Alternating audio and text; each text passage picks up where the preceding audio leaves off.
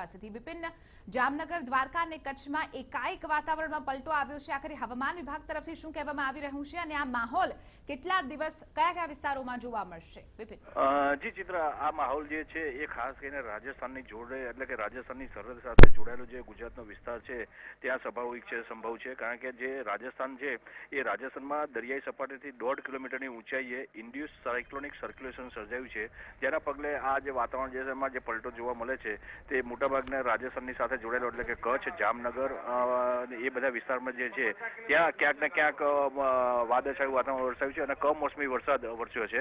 સ્વાભાવિક છે કે આજનો દિવસ જ એટલે એમ કહી શકાય કે આજનો દિવસ જ આ વાતાવરણમાં પલટો જોવા મળશે.